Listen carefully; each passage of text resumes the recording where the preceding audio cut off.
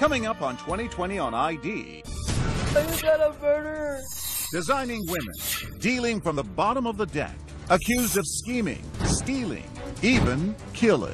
The girlfriend on trial for murder by stiletto. You feel blood in your hands, and I did it. And the secret, she says, led to his death. He would like for me to kind of step on him. Dressed to kill.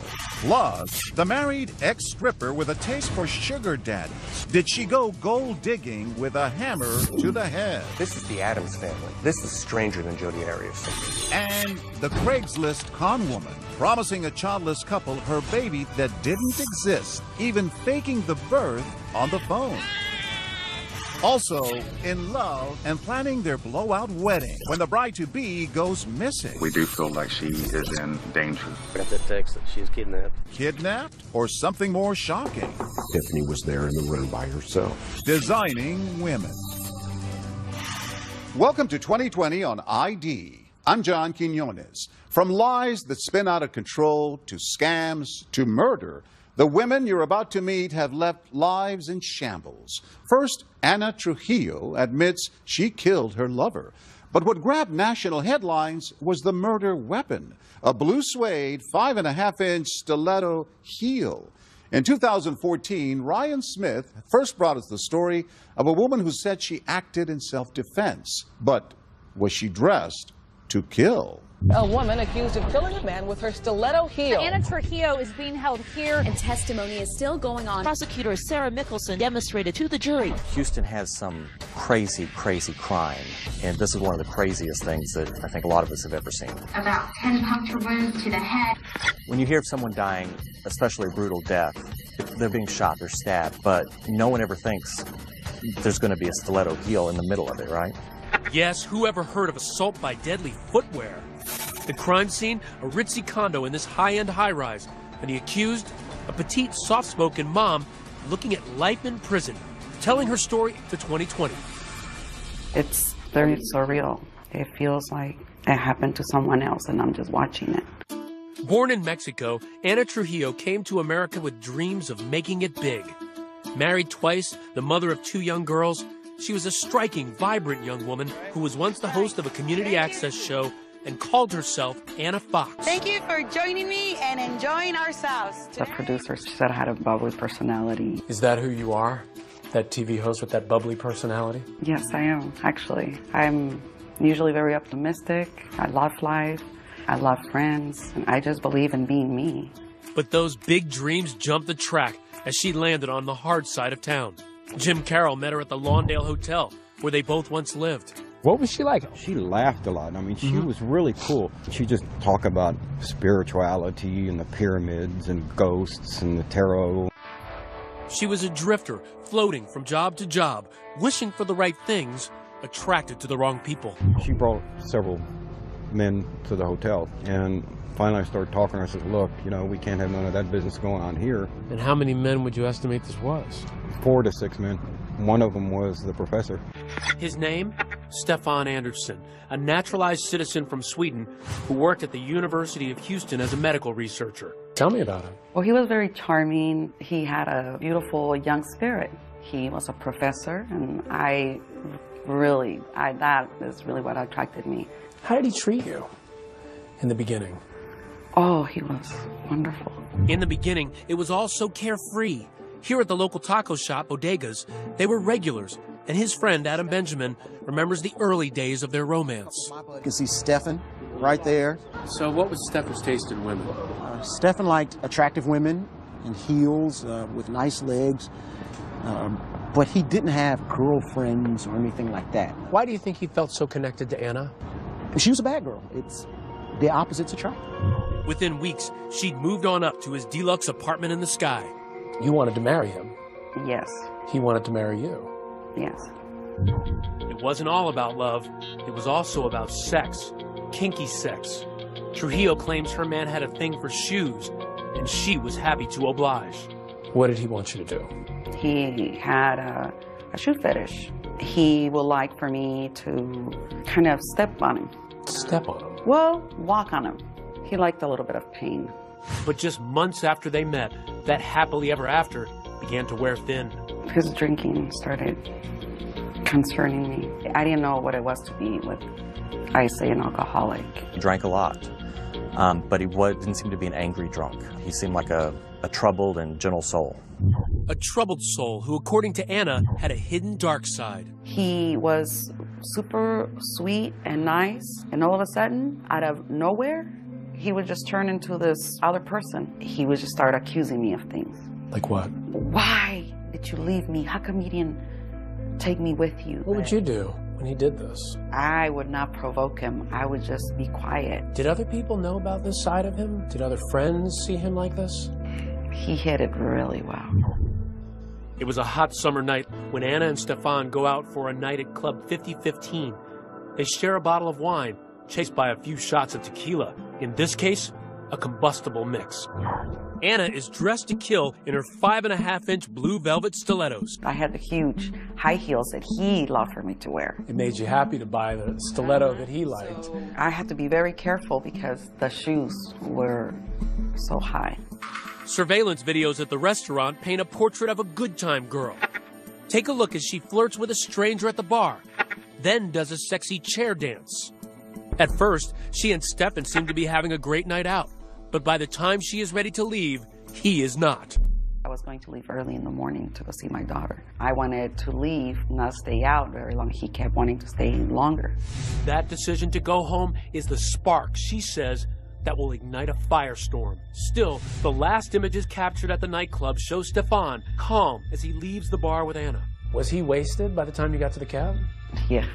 As the cab pulls up, Rosemary Gomez was at the wheel, accompanied by her husband. I was just taking the pill like I normally do. As the couple approaches the cab, Reagan Cannon said Anna was loud and abusive. She tells him, go get a cab. No. In Anna's version of the story, it's Stefan who was getting aggressive. You say he starts getting agitated. I just remember him looking at me angry. Angry from Anna's point of view, but not from the front seat, where Reagan Cannon has some advice for the shy professor. I said, are you a man or a mouse? Come on, dude. I said, what are you doing letting her talk to you like that? It is past 2 in the morning when the taxi drops them off at Dr. Anderson's pad. But you had a funny feeling that something was going to happen. He squeezed my hand and he said, no, I'll be okay. And I told him, I said, I just have a feeling something's going to happen. Look at these photos. Coming home from the bar, walking calmly to the elevator. It was the last time Anderson was seen alive, but Anna claims he was on the verge of a murderous rage. All of a sudden, he just turns around and has a complete different look on him. Angry.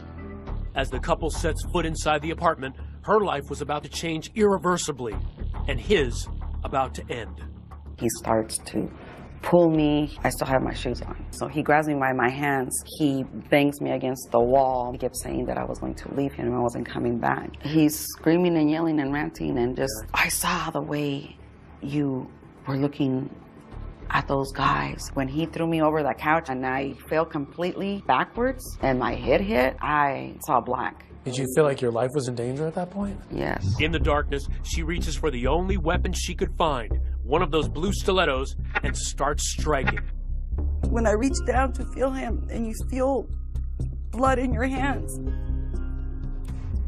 that is a horror of someone you love, and that I did it, that accidentally I did it. I didn't even know that he was bleeding and he wouldn't stop. Nothing is facing them. He's unstoppable.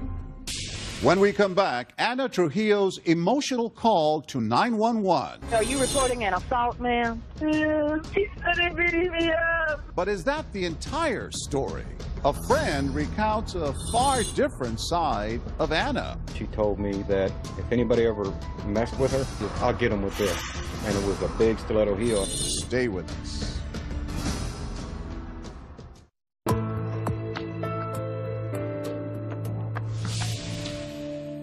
Are you reporting an assault, ma'am? Yeah, he assaulted me. I hit him with my shoe and he's bleeding. He said he beat me up. When Houston police received Anna Trujillo's desperate 911 call, they raced to her boyfriend's high-rise condo and walked into a slaughterhouse.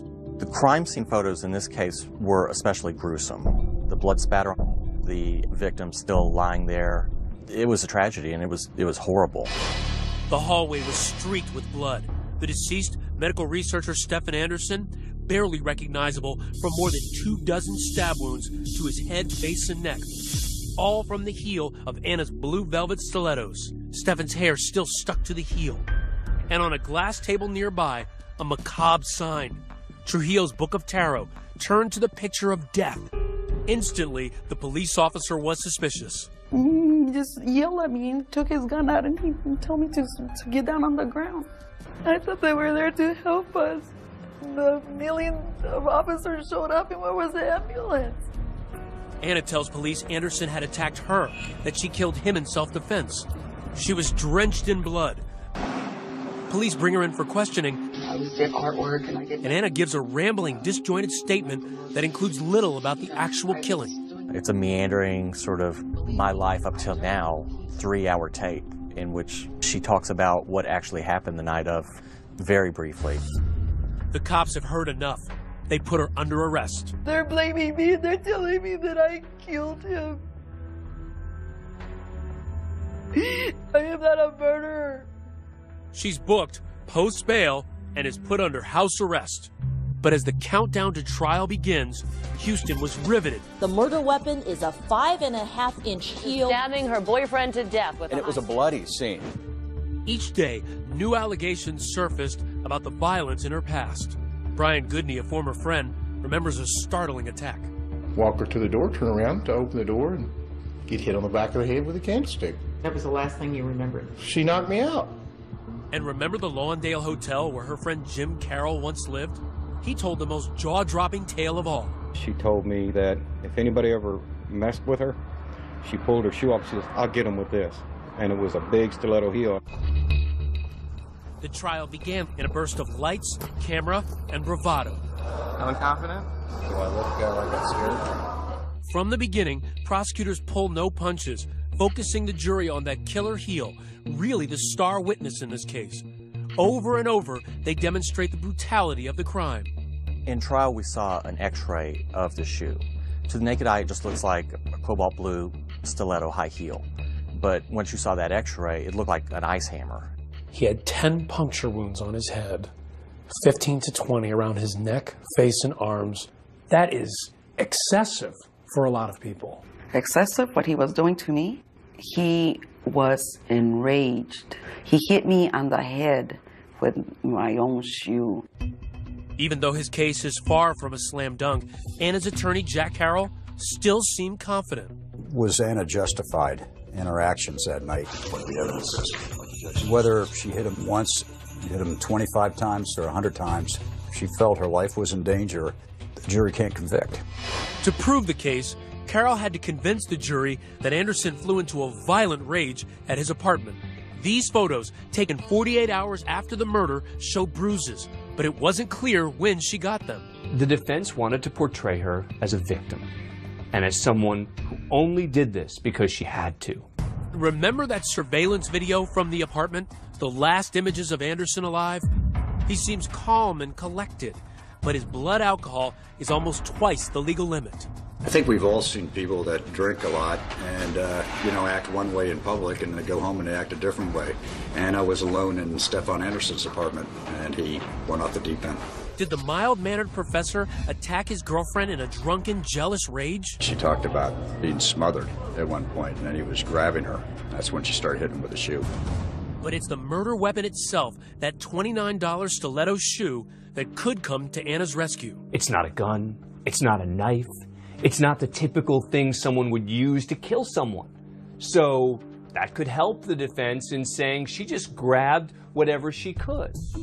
On the morning of April 6th, the sun rose over a perfect spring day in Houston. Closing arguments in the Trujillo case were about to begin. It won't be until your just verdict that she ceases to be the stiletto stabber, and she will then forever be Anna Trujillo, murderer. But the defense argued that she was fighting for her life. As long as she reasonably fears the threat of serious bodily injury or death, she's justified. After less than 2 hours of deliberation, the verdict was swift and unequivocal. We, the jury, find the defendant, Anna Trujillo, guilty of murder as charged in the indictment. She is now a convicted murderer, sentenced to life in prison. And though that shoe may fit, she still refuses to wear it. We all have opinions of what we would or wouldn't do, or why, or how. But when you find yourself in a situation, you don't know either, because it's a situation. You don't know what you're going to do when that happens. You think you do, but you don't. In spite of all of that, you loved him. I love him, and I'm mourning, and I'm sad, and I'm in pain, and I have no closure. And it's not my fault. As of 2014, Anna Trujillo is appealing her conviction. She will be eligible for parole in the year 2043, when she will be 75 years old. When we return, an ex-stripper and her sugar daddy boyfriend. Why was her husband murdered? This is the Addams family. This is stranger than Jodi Arias. Stay with us.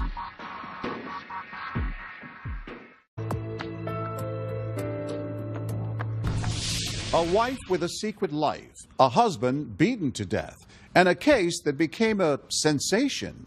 In 2014, Jim Avila first told us about a troubled couple where infidelity and a thirst for money added up to murder. Phoenix, Arizona, the Valley of the Sun, where hot asphalt seems to bake human tempers, delivering simmering trials and raven-haired killers. Jodi Arias, and now this woman, Marissa DeVois. We thought coming into this trial that it was going to be the next Jodi Arias trial, but this is the Addams family. This is stranger than Jodi Arias. Are these the hands of a murderess? Is this the face of a killer? Or is 36-year-old Marissa a victim, so battered by an abusive husband that she bludgeoned 34-year-old David Harrell to death with multiple blows to his head? The 36-year-old Gilbert woman claims she was a victim of abuse, but the prosecution is telling a different story. Marissa DeVois could face the death penalty. Killer or victim? The puzzle that has stumped Phoenix, Arizona since January of 2009. From the beginning, just hours after the bloody attack that splattered the couple's master bedroom from floor to ceiling, Marissa DeVois tells a story of constant abuse, verbal and physical. How did he hit you? With his fist. Okay, and where was he hitting on your body? On the temple. And he just kept hitting me. Marissa even stands to show police how she says her husband of 9 years raped her on the night of the attack, choking her before forcing her on the bed against her will. So you came home and you want to have sex. Didn't you get mad? You wake up, he's raping you. Hands are on your neck. He likes that. He likes it because he can hold it here. On it. Okay. At times, crying at appropriate times, seeming completely distraught, and yet at other times, she was almost smiling in an uncomfortable way that a seasoned detective would probably look at and at the very least find odd. For police, it was an odd story and an odd victim. Dale and Marissa had met as teens in their hometown of Lake Havasu, Arizona, a party town known for outrageous spring breaks. They met up again years later in their 20s in Phoenix. By then, Marissa had a baby. She was a stripper, and according to her former friend and nanny, Amy Dewey, an opportunistic Marissa saw Dale as a catch. What was the attraction? I think that she saw a man who had just graduated from refrigeration school and had the potential to make money. It was always about the money. Amy lived with Marissa and Dale for a time in Phoenix before their marriage. Was there any sense that Dale was violent in any way? No. She would come home and try to pick a fight with him or try to provoke him, and he would just tell her, I'm not going to fight with you. I love you. Let's work this out. Then came the day Amy was fired after a chilling conversation. If true, it would foreshadow a future grisly murder. She came to me and said, Dale is dreaming about having sex with you. I don't think that's appropriate. I'm concerned for your safety. Dale is dreaming about killing you with a hammer. You have to go. Fast forward to one January night, found Dale in his bedroom, critically wounded by, yes, a hammer. My husband was trying to hurt me, trying to strangle me. In the interrogation room, Marissa plays the battered woman card.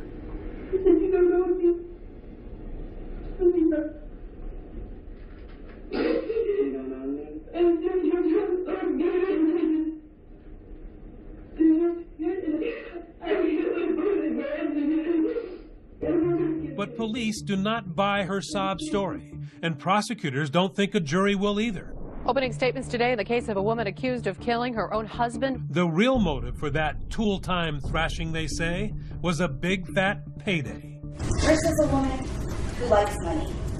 But more than that, she likes easy money. Prosecutors showed the crime scene in vivid detail, displaying Dale's deadly injuries. Arizona Republic writer Michael Kiefer is in the courtroom. You know, she put a fist-size hole in the side of his skull. Then the prosecution begins to reveal a secret life that Marissa never spoke of. A past that includes working that pole at a strip club. The risky behavior, the boyfriend, the stripping. You get a picture of someone who doesn't have rules. Living on the edge. Yeah. One of those lovers, Alan Flores, loaded with cash. They met on a website for rich men called SeekingArrangements.com, the so-called elite sugar daddy dating website. So you began having sex the first day you met? Correct. In return, he loans her more than $300,000, keeping meticulous track of every dime. To hear him tell it, she's going to pay it back any day now. This insurance money's going to come through. Don't worry about it. There it is. What prosecutors believe is the real motive for the murder. A big life insurance policy on Dale, earmarked to pay back her sugar daddy. A new insurance policy that was worth $1 million. It was not looking good for Marissa, but her defense had yet to start. And when it did, a blockbuster of its own. Until then, really nobody had said anything positive about Marissa. Nobody. Marissa had an ally, her oldest daughter, Rhiannon, named after the Fleetwood Mac song. And she has a devastating story to tell about her stepdad, Dale. Her daughter came in and said, yes, Dad hit Mom. And said, yes, Dad had his affairs. He'd come home smelling of some other woman's perfume. And when the prosecutor brought up, well, didn't your mother hit your father as well? She said, well, not nearly as much as my father hit my mother. That was damning. It was a tough defense for Dale's family and friends to hear, but would it sway the 7-woman and 5-man jury? Do you find the defendant as to count 1, first-degree murder, guilty? Murder in the first degree, guilty. The jury ruling 36-year-old Marissa DeVois, mother, stripper, and gold digger, was now a killer too. It's unfathomable. Why did Dale die? It seems like they proved in court that he died for money. Why did he put up with her, you think? He loved her. She killed the one person who loved her. Marissa DeVois was sentenced to life in prison without parole. As of 2014, she plans to appeal her conviction. Up next, the designing woman who scammed a childless couple. She had the baby bump, the labor pains, even the baby pictures. What she didn't have was a baby. I lost it. I'm like, oh my gosh, this isn't real. Stay with us.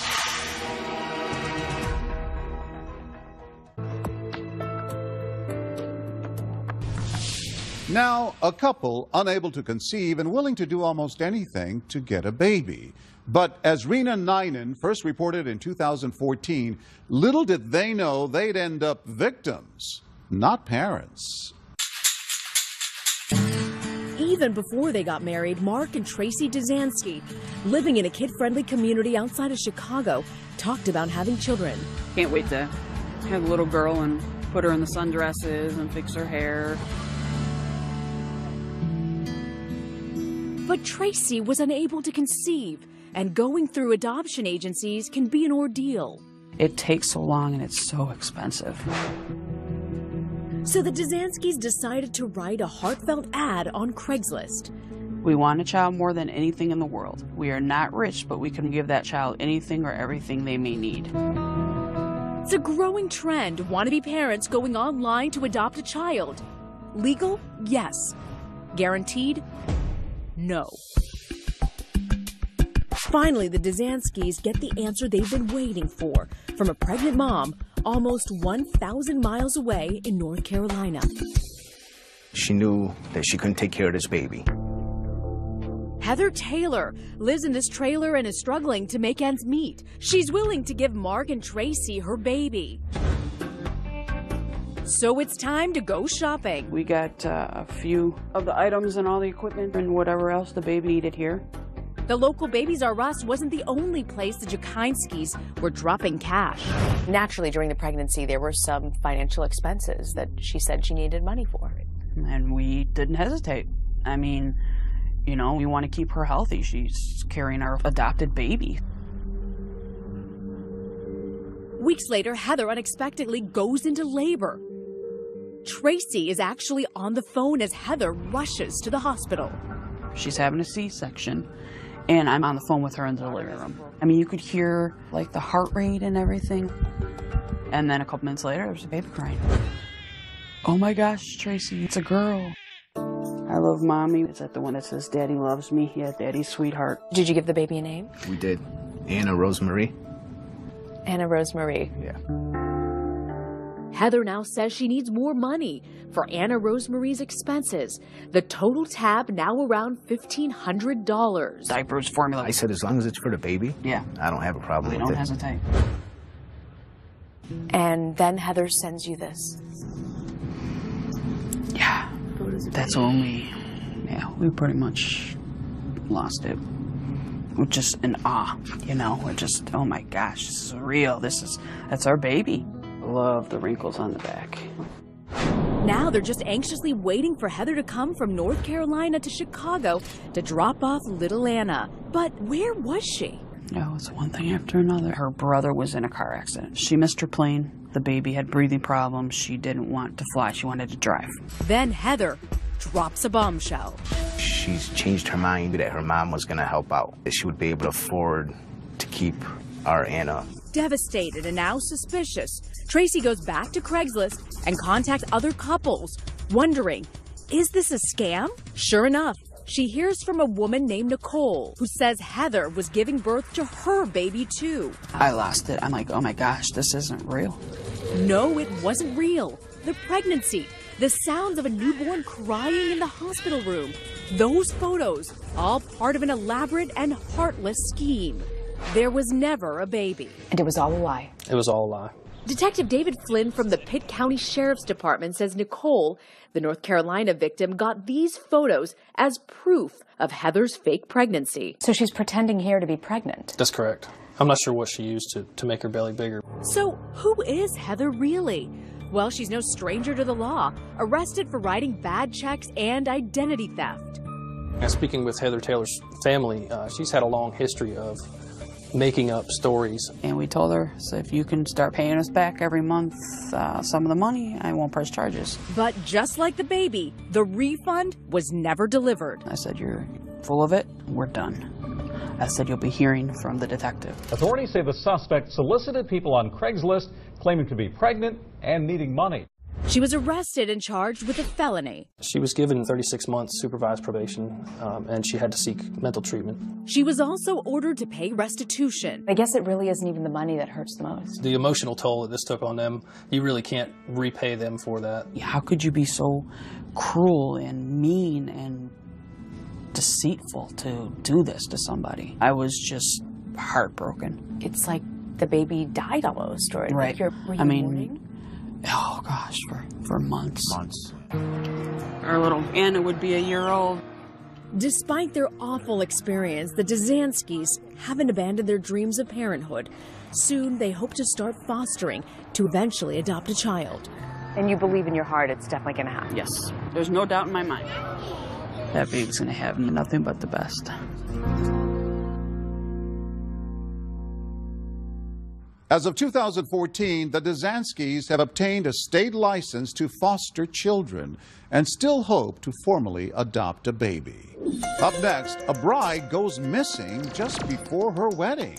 Biggest fear, bar none, is somebody finding Tiffany Bray dead while we're looking for her. But this disappearance is not what it seems. They spent quite a bit of time watching me. And a very surprising ending. I don't even know till this day where I'd be if they wouldn't have found me. Stay with us.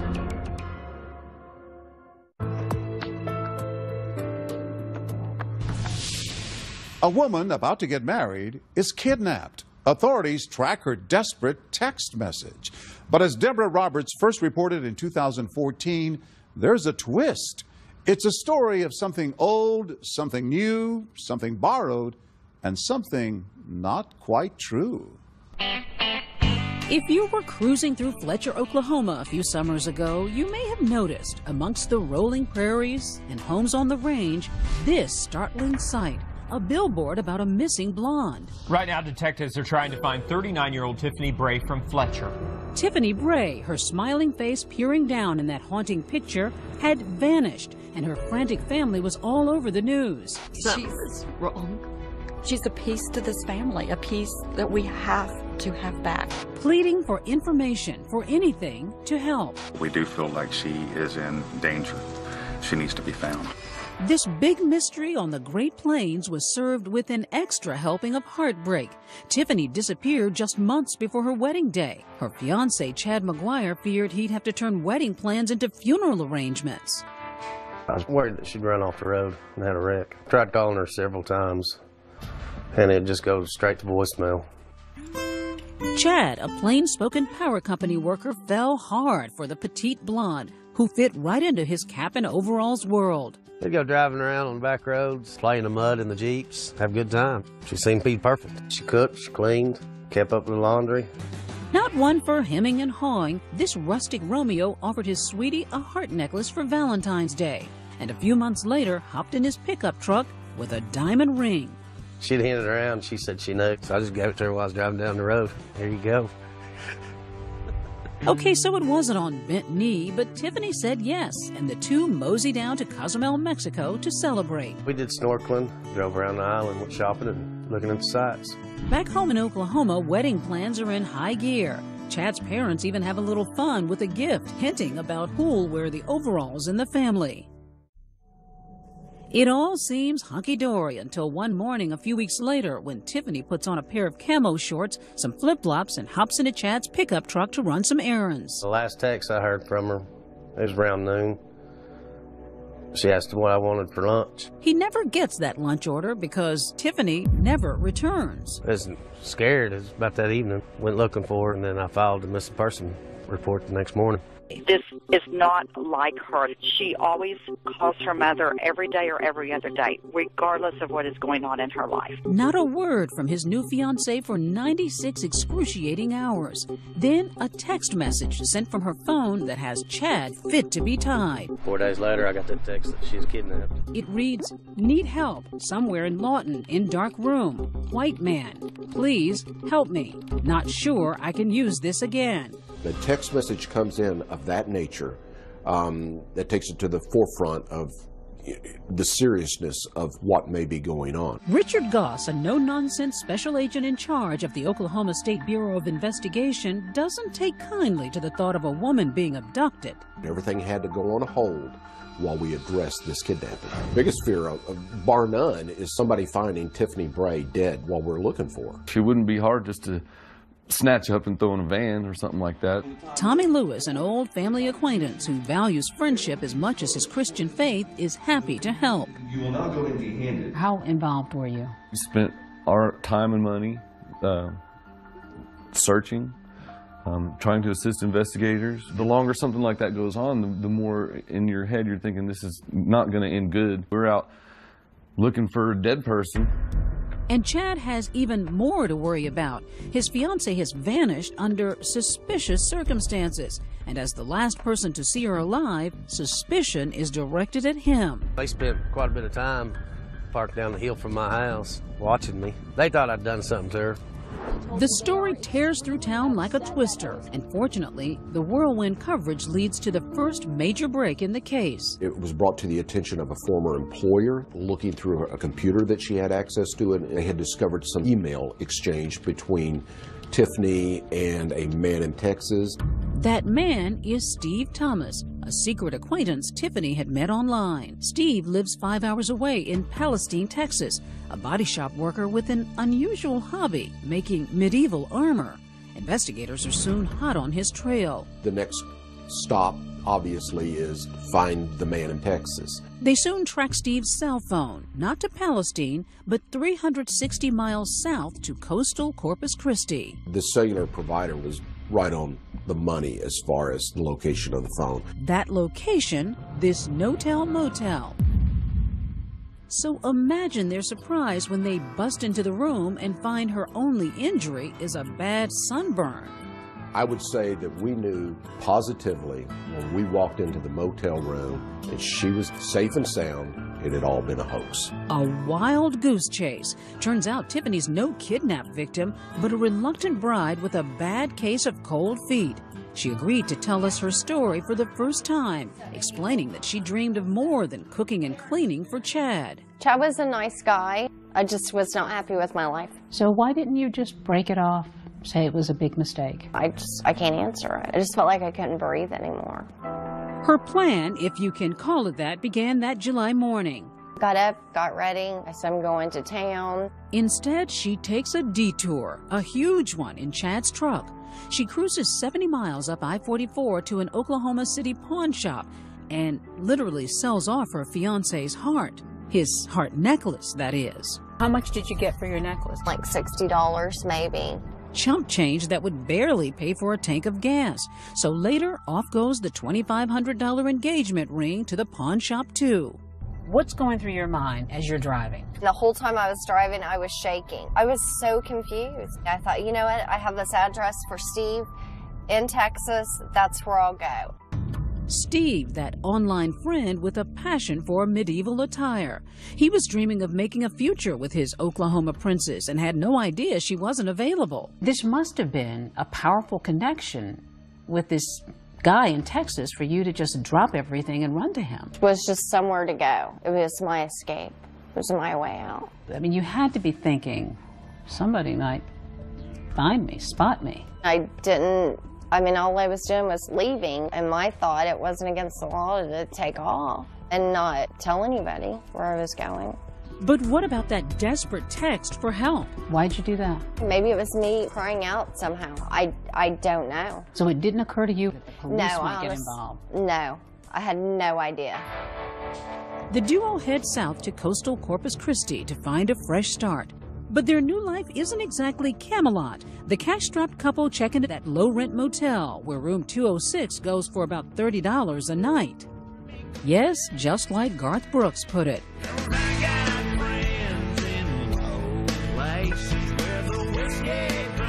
What did you do with yourself those days? Absolutely nothing. Once, I think we went out shopping. Occasionally, we go to fast food or something like that. It was a far cry from the fancy Mexican vacation she'd just taken with her fiancé, Chad. Are you feeling bad at all? I wasn't in that clear state of mind, I guess. You just try to block that out somehow. But there's no blocking the cell phone signal of her Texas squire.